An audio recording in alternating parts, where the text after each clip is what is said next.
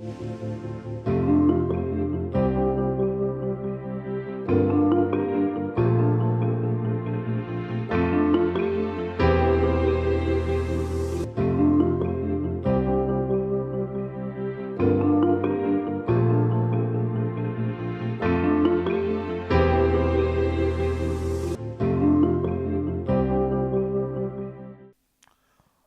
to Programming in Modern C++. We are going to discuss some preliminary content which will be useful for you. So, we are sharing this as a week 0 content. So, week 0 is not where the course formally has started, but you are seeing this video to get prepared rightly for the course. So, there will be couple of videos on the week 0, which will enhance your requirement of meeting the requirements for the prerequisites. So, the first that I will discuss is quick recap module. This is called a quick recap or QR module, where I will run through the C language in brief. Now, you might think as to why are we discussing C language, while you have come here to learn programming in modern C++, and what we expect is you are already familiar with the C language, and preferably you have already done quite some programming in C. So, if you have done that, this module is not for you. You can just may not waste your time, just skip it. But if you have some some brown areas, gray areas, that what happens here in C and so on, then it is good to go through this module. This will at least tell you what are the things that you must be aware and good at when you come to the first week lecture and start discussing C++, because in the entire of this course, I am going to assume that you know C. I am going to make innumerable references to C, because C++ is built on top of that. It has the legacy of that, it has the power of that, it has the compatibility issues with that, it has the mixing issues with that. So, knowing C is very, very important. So, quickly we will revisit some of the concepts and just this module also is, if I want to talk about C as a language, it will take probably 40 modules, 50 modules. This is not that. This is more like pointers, that these are the things. Just check, if you have issues, go back, check the text, check the C books and so on. So, this is everybody starts here, the hello world program, which includes the stdio.h for being able to print something, and it is included as an input for input and output, and you must have a main function which by the current standard must return int. Do not write main function with returning void. That's not, that convention is over, that is become dated now. And then you return 0 at the end. Return 0 means that whatever your program had to do, it has done successfully. Otherwise, we will see later on that we will return -1, -2 different other values, typically negative values, which tell that you have some error. So, when you will see me during the different modules through the course, you will many a times you will see that I am not writing return 0, that is just to keep the program text short, but return 0 should always be written. Even if you do not write return 0, main is a special function where the compiler ensures that unless you are returning anything else, it will return a 0. Right. So, there are different data types. It is very important to understand the data types of the language. The basic ones are char, int, double and float. Right. There are a lot of variations of that, which are called integral types, like char, int. These are integral types. So, is enum, and there are floating type or floating point type, which are float and double. Additionally, C89 standard, if you are not familiar with the standards in C, do not worry. I am going to talk about the different standards of the C language, because the language itself, C language itself is also changing. You will wonder that it is changing, almost as fast as C++ is changing. So, if you are using some C language which is expected, that you are using something which is C89 or later, C95 or C11, then you have another type which is defined as _bull in a particular header. You will hear me discussing this in the first week of the course. Enumerated type is also another subset. Besides this, you have a special type known as void. Understand void very well. Void is not a type, but it can be placed at different places where a type is expected, but you do not know what that type is, but not everywhere. Like you cannot have a void as a function parameter as a type void and pass it. The most two most common use of void in C and subsequently in C++ also in C is one is when a function does not have anything to return, it just returns a control, but no value to return, you put void as a return type. This is one use which is very important. The second use is using a pointer to void star. So, whenever you have a pointer to a memory location, but you do not know what kind of data type is residing there, what data of which kind of data type is residing in that memory, you call that pointer as void star, and it can be then cast to any other int star, float star, double star, this kind of, or many of the common library functions like malloc uses the void star pointer as a return, right. So, these are the two primary usages. There are a few more shades which I will discuss when you actually go through the course. Naturally, there are different derived types, all of which you must be good at: array, structure, which includes struct and union, pointer, function, and string is not exactly a type, but with the string.h header, you can deal with string as if it is a type, but it is not. I mean, do not get me wrong, it is not a part of the language, and therefore, it is not a data type in that way. C does not allow you to define data types of your own, right.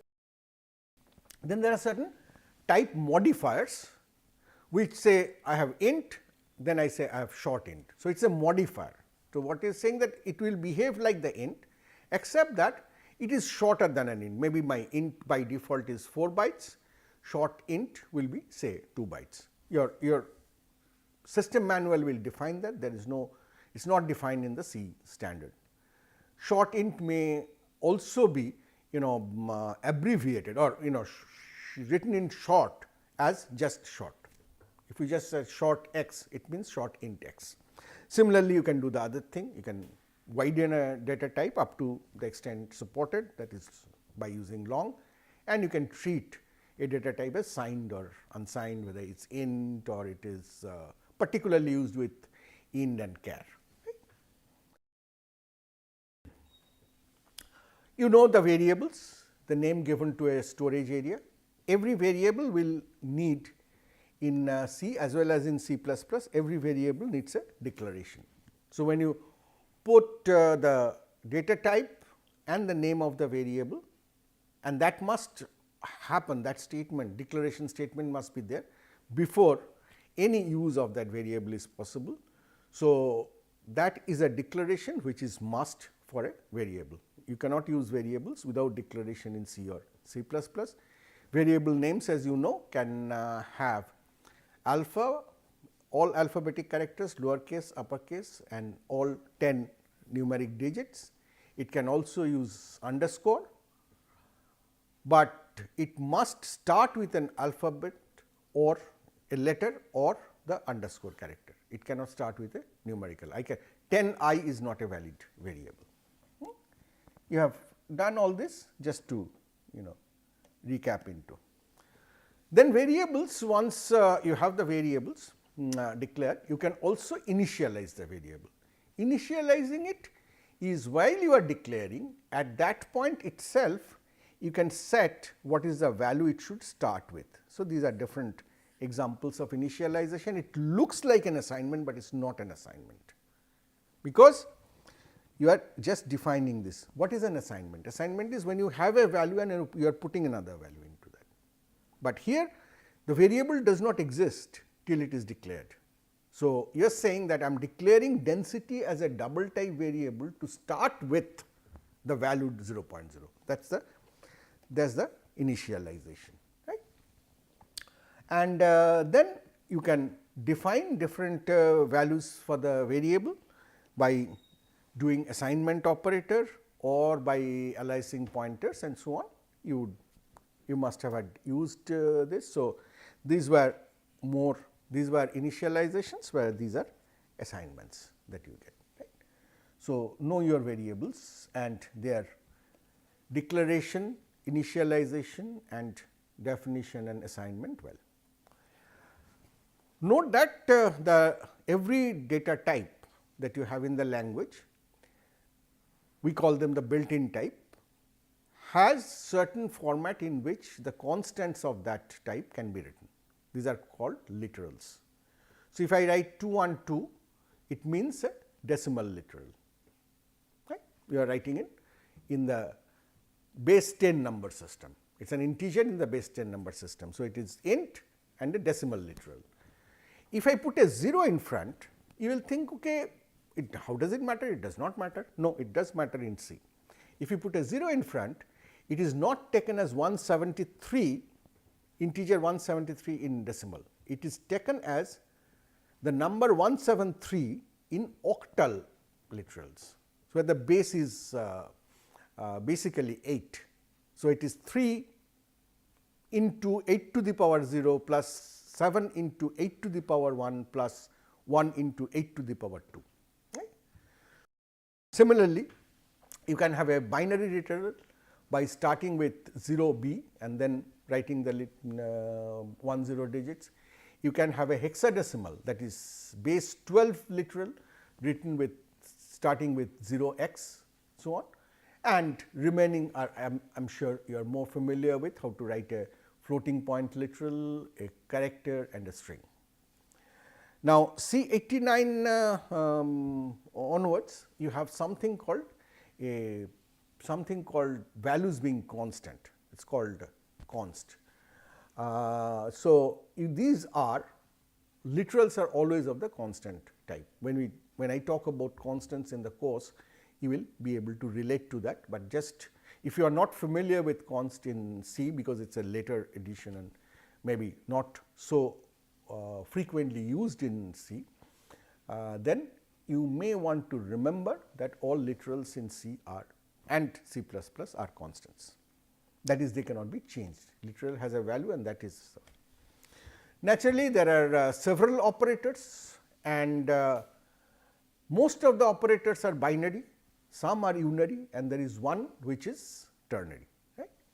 And these operators are, for example, these are, as you know, these are the most common. These are binary, these are unary and occurs in two versions, prefix version and postfix version. These are comparison operators, these are logical operators and or, and the third one is unary, which is negation. These operations are bitwise, ANDing 2 bit patterns or ORing 2 bit patterns or negating a bit pattern or shifting a bit pattern left or right. Variety of assignment operators, other operators like size of, address of, dereference, question mark colon, the ternary operator and so on. So, be very clear about the arity of the operator, and depending on the context, some operators have different arity, though they look the same.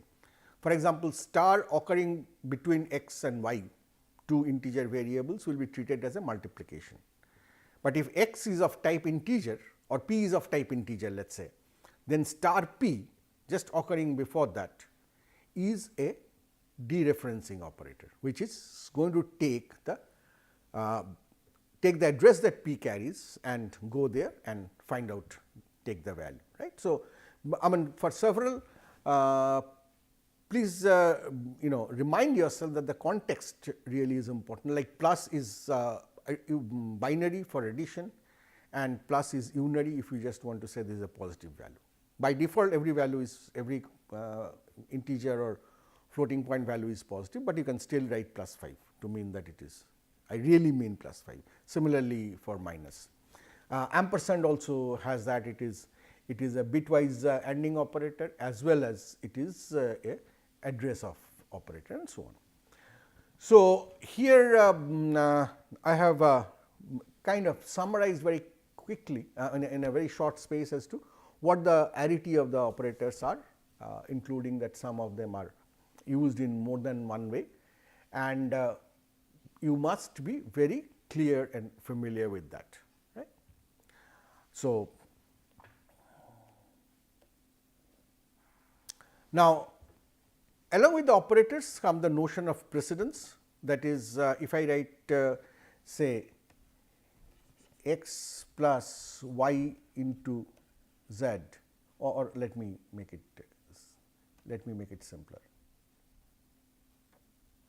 Say if I write 2 plus 3 into 4, you know that even though I go through the expression from left to right, 3 into 4 will be done first into 12 and then 2 will be, it will be added to 2. It is not like you will add 2 plus 3 to make it 5 and multiply it with by 4, because this has a higher precedence. In school itself we learnt about Bodmer's rule and so on. So, over the entire range of operators, that precedence you will have to know, right. So, the list is given, but do not stay scared.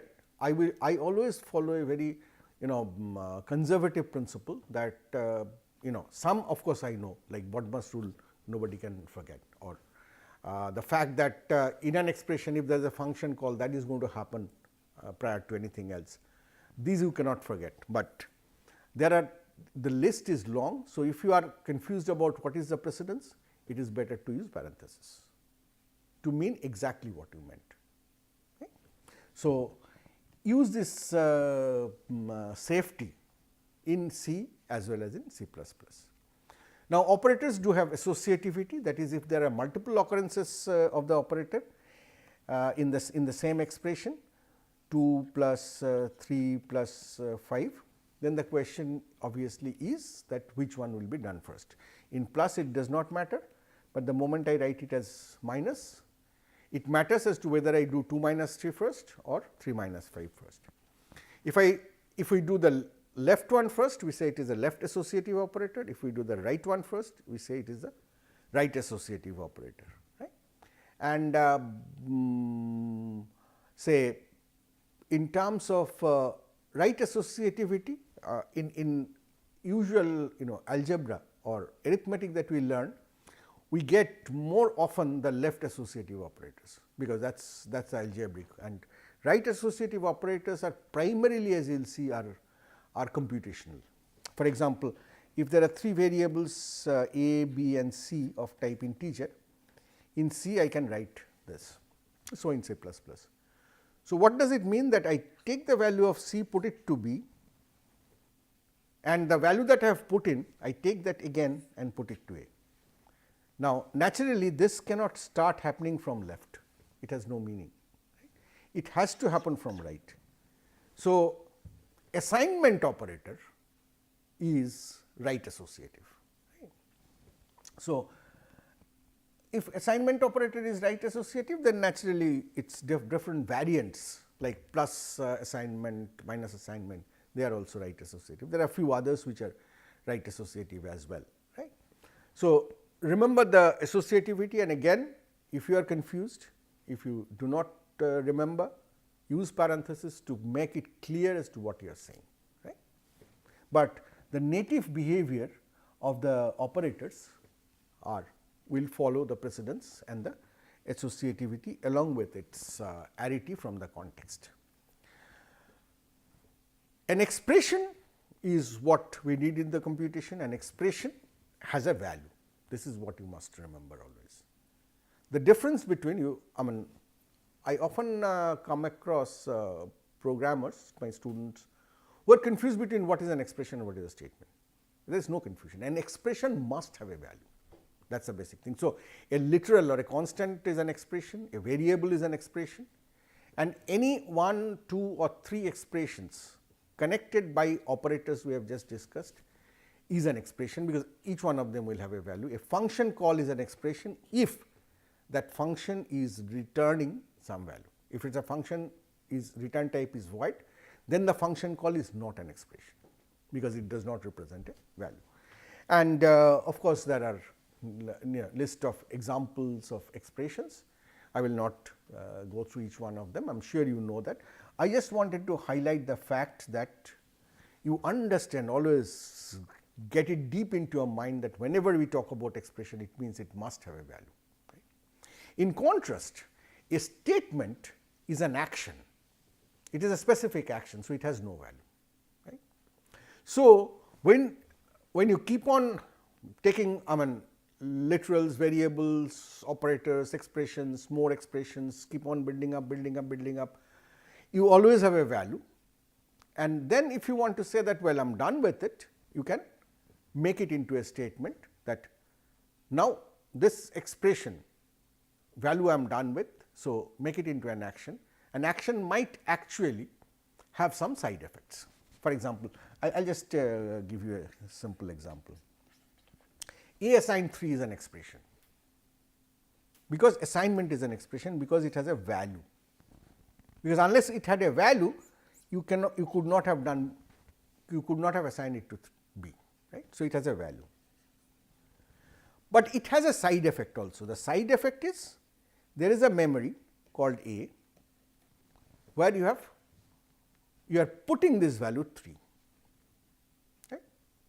One is, it is an expression, A assigned 3 gives you a value 3, but the side effect is, you are putting this value 3 into the memory location of A, which is an action. So, you can see that the language is kind of playing around with these things. So, it is not only mathematics. Mathematically, A assigned 3 has a value 3, but programmatically A assigned 3 has a side effect. So, that is the action, this side effect is the action. So, I will say the A assigned 3 is an expression. A assigned 3, I want to say, okay, I am done with it, that the action. I put a semicolon and I say this is a statement, I am done with that. B assigned, A assigned 3 is an expression.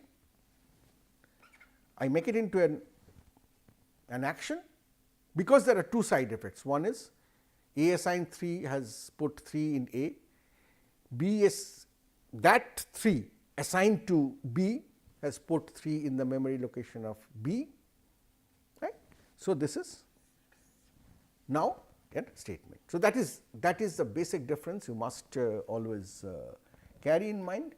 In addition, there are several statements which are basically for controlling the controlling the flow in the program as to what you do. So, we call them as control constructs. Right? And for convenience of the language expression, we say that if we are doing multiple statements, then we can put them as a block by using curly braces and think as if it is one statement. Right? This is a textual convenience that we use. So, there are several control constructs. I will not go through them. Just a reminder that you have selection statement, if else, and switch, three different ways. One is, if is one way, actually two ways, but the else part you just fall through. If else, naturally two way, switch is multi way. Right? And you have labeled statements like case, default, these are labeled statements. You have 3 iteration constructs in C, carries on to C++, for, while and do while, you must be aware of all of that. And you have variety of jump statements. One is explicit jump using goto, using a label of for a statement, which as you must be aware is strongly recommended that you do not use, but again at some point in the course I will tell you some very rare but strong context where using a goto is useful, but normally you should keep in your mind that the goto does not exist in your language, if you want to be a good programmer. Always manage your jumps either by continue or by break, and certainly by return when you are coming back from a function, right.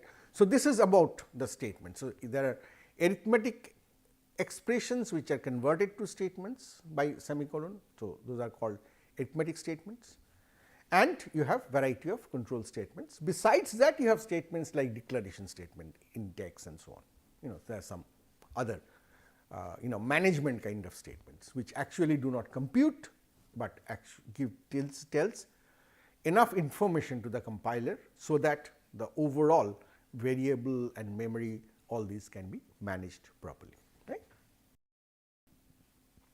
So, in this quick recap, first quick recap module, I have taken you through the revision of the concepts of variables, literals, data types, operators, expressions and statements. And again I will remind you that it is very important that you understand all of these very well to start making good progress from the beginning of the course. So, if you are blurry, gray in any of these, then do make a good preparation on that, do a recap. Obviously, when I walk through in the first week of the course after module 1, which is introductory. So, in the remaining modules of the first week, I will also show number of C examples as a reminder, as well as to show that how coming to C++ will keep on improving things. So, thank you very much for your attention. I hope this will assist you get properly ready for the course, and I will have another quick recap module